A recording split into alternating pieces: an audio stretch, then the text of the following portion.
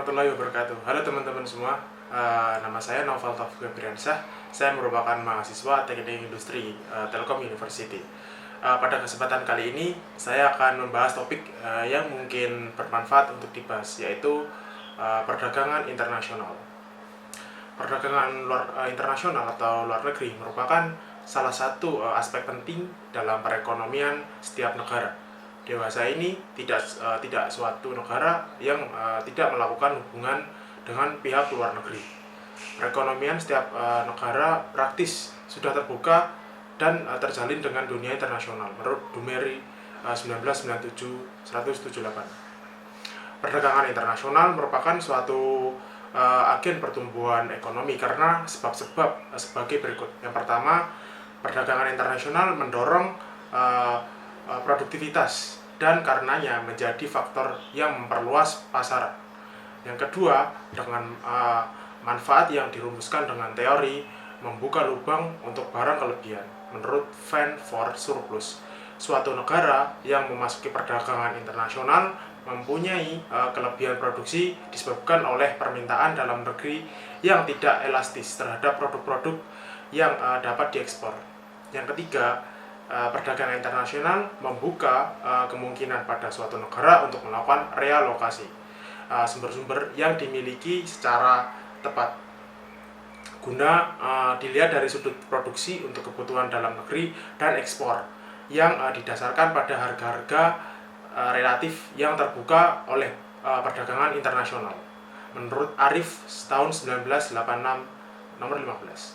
Sehingga bagi negara Indonesia, perdagangan luar negeri menjadi semakin penting, bukan saja dalam kaitan dengan haluan pembangunan yang berorientasi ke luar, namun juga karena ekspor Indonesia meningkat 39,05%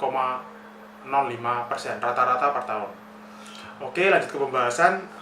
Perdagangan internasional merupakan salah satu kegiatan memperdagangkan output baik barang maupun jasa yang dilakukan oleh penduduk suatu negara dengan penduduk negara lainnya atas dasar kesepakatan bersama.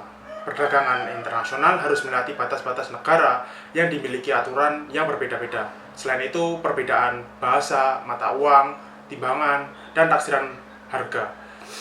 Hukum perdagangan yang berbeda juga membuat perdagangan antar negara ini menjadi lebih rumit.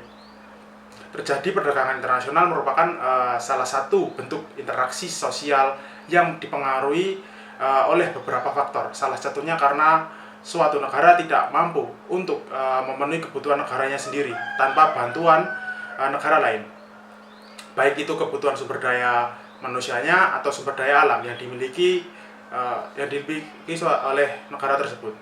Hubungan ekonomi antar negara tersebut meliputi 3 bentuk hubungan. Di antaranya yang pertama, pertukaran hasil atau output dari sebuah negara dengan negara lain atau yang kita kenal dengan perdagangan internasional. Yang kedua, hubungan dalam bentuk hutang piutang antar negara. Yang ketiga, pertukaran atau aliran produksi atau sarana produksi. Salah satu tujuan perdagangan internasional adalah untuk meningkatkan DGP atau Gross Domestic Product atau total nilai produksi barang dan jasa di dalam suatu negara selama 1 tahun.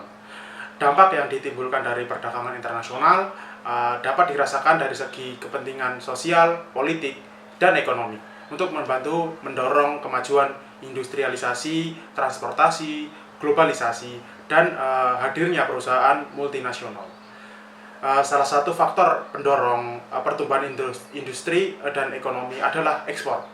Apabila ekspor lebih besar daripada impor, maka akan menyebabkan surplus pada neraca perdagangan, tetapi apabila impor lebih besar daripada ekspor, maka akan menyebabkan defisit pada neraca perdagangan. Karena itu penting bagi semua negara termasuk Indonesia untuk melakukan kegiatan ekspor baik dalam bidang jasa ataupun barang agar mampu mendongkrak perekonomian negara. Mungkin cukup sekian penjelasan dari saya, kurang lebihnya mohon maaf. Wassalamualaikum warahmatullahi wabarakatuh.